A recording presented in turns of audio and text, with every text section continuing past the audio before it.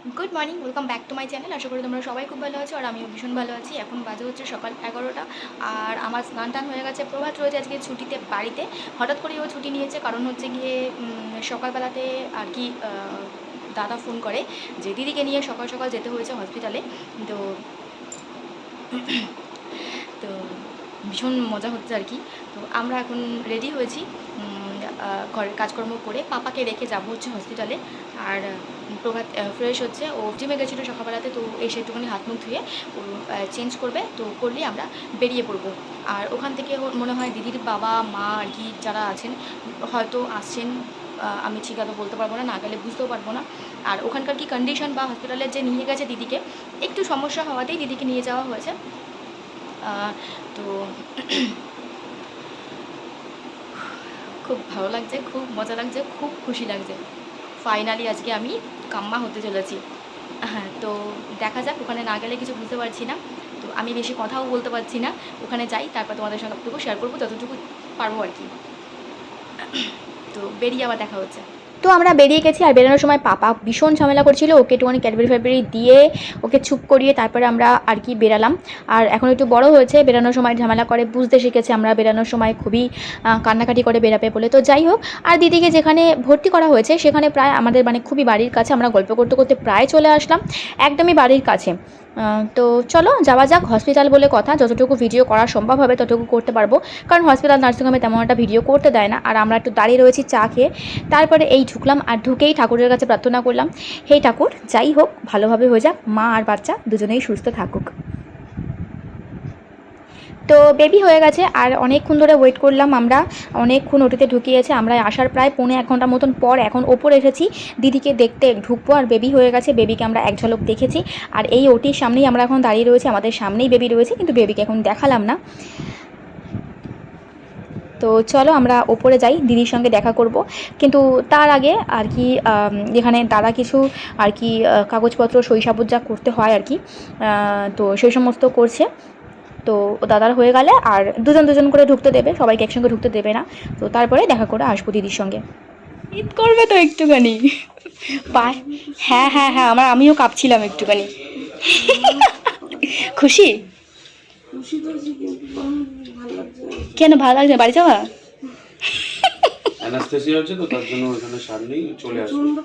হ্যাঁ এটা ঠিক হয় একটু। ওটি রুমটা খুব ঠান্ডা ছিল না প্রচণ্ড পরিমাণে? এখনও কাঁপছো? এখনও কাঁপছো? ঠিক হয়ে যাবে দিদি, ঠিক হয়ে যাবে। তো ফাইনালি আমরা বাড়ি চলে এসেছি। আর দাদা এখনও আসেনি, যদিও দাদা রয়েছে একটুখানি ওখানে। আর আমি প্রভাত আর কি দাদার একটা বন্ধু গেছিলো, তো সবাই আমরা চলে এসেছি। আমি এসে একটুখানি নিয়ে বসলাম চা আর একটু বিস্কুট, আমার একটু চা খেতে ইচ্ছা করছে আর কি। স্নান টান করলাম এসে, দুজনেই। প্রভাত এখনও স্নান করছে। বেবি তো দেখাইনি তোমাদেরকে, এখন বেবি দেখাবোও না। আর হচ্ছে মানে কি হয়েছে সেটাও আমি এখন আপাতত বলছি না, তার অনেকগুলো কারণ রয়েছে, তো সেই কারণগুলোও এখন বলছি না। তো সুস্থ মতন হয়ে গেছে, যাই হয়েছে। মা বাচ্চা দুজনেই খুবই সুস্থ আছে। দিদি একটু টেনশন করছে, এই বারবার করে বলছে আমার পাটা নাড়াতে পারছি না, পাটা অবশ্য রয়েছে। দিদি খুব কাঁপছে, ঠান্ডা লাগছে দিদির তার জন্য, আর প্রচণ্ড ঠান্ডা লাগছে। তো আমি বললাম যে হ্যাঁ এরকম আমারও হয়েছিল, এরকম হবে, কিন্তু সবারই একই সমস্যা হবে, তো সেটার কোনো কথা নেই বা মানেও নেই। তো আমি আবার দাদাকে বললাম যে তুমি দেখো ডাক্তারকে বলে যে এরকম কেন হচ্ছে। তো ডাক্তার আবার একটা ব্ল্যাঙ্কেট দেওয়া ছিল দিদির গায়ে, আবার একটা আর কি ব্ল্যাঙ্কেট দিল আর কি, লেপ প্রচণ্ড মোটা ওগুলো। তারপরেও দিদি প্রচণ্ড পরিমাণে কাঁপছে। তো এইটুকু জাস্ট দেখে আসলাম, দিদির সঙ্গে কথাও বললাম, সুস্থ মতন কথা বলতে পারছে, হাসতে যাচ্ছে, শুধু পাটা নাড়াতে পারছে না, সেই নিয়ে একটুখানি কোয়ারি রয়েছে আর কি, যে কেন পাটা নাড়াতে পারছে না। আমাকে বলছে যে আমি পা নাড়াতে পারছি না, কোনো পাটা আমার কেমন একটা হয়ে রয়েছে। আর আমি কি হ্যাঁ একটুখানি হয়ে থাকবে কিছুক্ষণ, তারপরে কারণ আমি তো একটুখানি বেশি এক্সপিরিয়েন্স, যেহেতু ওই ধাপটা আর কি পেরিয়ে এসেছি, তার জন্য সবসময় পূজা পূজা পূজা পূজা করে। তো যাই হোক, খুবই খুশি, ফাইনালি কাম্মা হলাম। আর বাড়িতেও সবাই খুশি, প্রভাত ভীষণ খুশি, তো সবাই খুশি সবাই।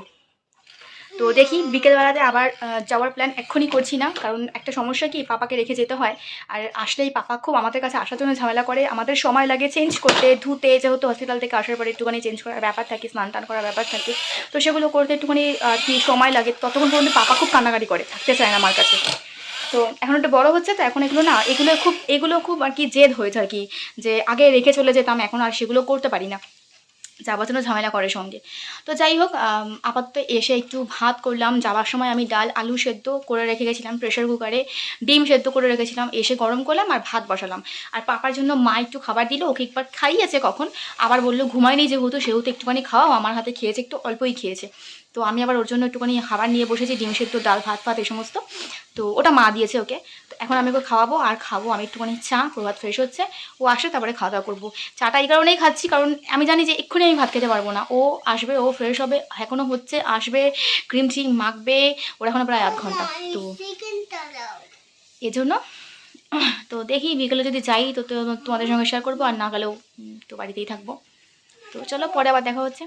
তো দেখো এখন বাজে হচ্ছে সন্ধে এই 6:30 মতন, আর আমরা একটুখানি শুয়ে বসে সময় কাটিয়েছি। মানে প্রভাত ছিল না ঘরে, ও খেয়ে দিয়ে একটু বেরিয়েছিল, আমি আর পাপা একটু শুয়েছিলাম, আমি ফোন ঘাঁটছিলাম, পাপা তখন ঘুমাচ্ছিল।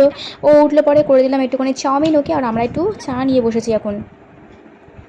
তো এখন রাতের বাজে হচ্ছে 10টা, আর সন্ধ্যাবেলাতে চাউমিন টাউমিন খেয়ে বাবার খাবার খাইয়ে পাঠিয়েছিলাম নিচের ঘরে। ও নিচের ঘরে অনেকক্ষণ ছিল, একটু আগে আসলো, শুয়ে রয়েছে এখন আর দেখছি একটু টিভি। আর এই ফাঁকে আমি রান্নাও করেছি, রাতে রান্না করেছি হচ্ছে সয়াবিন আলু দিয়ে তরকারি করেছি, আর মুসুরির ডাল ভিজিয়ে রেখেছিলাম। ওটা মানে আমার না খুব মানে কয়েকদিন ধরে খেতে ইচ্ছা করছিল, মুসুরির ডালের বড়া দিয়ে আলু দিয়ে ঝোল। শাশুড়ি করে, কিন্তু সেটা তো আমি খেতে পারি না, তো আমার খুব খেতে ইচ্ছা করে। তো মুসুরির ডালটা ওই যখন মানে রান্নাঘরে যাই তখন মনে পড়ে বাবা মুসুরির ডালটা তো ভিজিয়ে রাখা হয়নি, তো এই করে আর খাওয়া হয় না। আজকে আমি সন্ধ্যাবেলাতে চা করবার সময় মুসুরির ডাল ভিজিয়ে রেখেছিলাম, তো রান্না করেছি আলু দিয়ে তরকারি, মুসুরির ডালের বড়া আর সয়াবিন তরকারি, আর করেছি ভাত গরম গরম। কিন্তু এখন রাতের 10টা বাজে, প্রভাত একটুখানি বেরালো, দুধ নিয়ে আসবে লিকুইড, বাবা রাতে খাবে রুটি। তো এই আর সন্ধ্যাবেলাতে আলমারিটা একটুখানি গুছালাম, অনেক জামাকাপড় ধোয়া কাছে ফ্রিজে করি, সেই জামাকাপড় একটুখানি জমেছিল সেগুলো গুছালাম। সকালে রয়েছে প্রভাতের অফিস, কালকে সকাল সকাল উঠতে হবে আবার। আর দেখি চেষ্টা করব, মানে দিদি যেখানে ভর্তি রয়েছে তো সেখানে আমি একা যেতে ঠিক পারবো বলে আমার মনে হয় না। আর প্রভাত যদি কালকে থেকে অফিস জয়েন করে তাহলে তো ওর আর সম্ভব হবে না। তো এই হসপিটাল থেকে ডিসচার্জ হয়ে চলে যাবে বাপের বাড়ি, হচ্ছে গিয়ে অশোকনগর, এখানে করার কেউ নেই, তো তার জন্যই। আর এই জন্য ভাবছি যে মাঝখানে একবার একটুখানি গিয়ে দেখা করে আসবো, আর ওখানে যাওয়ার প্ল্যান করব, কিন্তু সেটা এখনই করছি না। দিদি অনেকদিন থাকবে, প্রায় পরে দেখা যাবে যদি যাই। তো চলো আজকের ভিডিওটা এখানে শেষ করি, তোমরা ভালো থেকো, সুস্থ থেকো, দেখা হবে নেক্সট ভিডিওতে। আজকের মতন টাটা, গুড নাইট।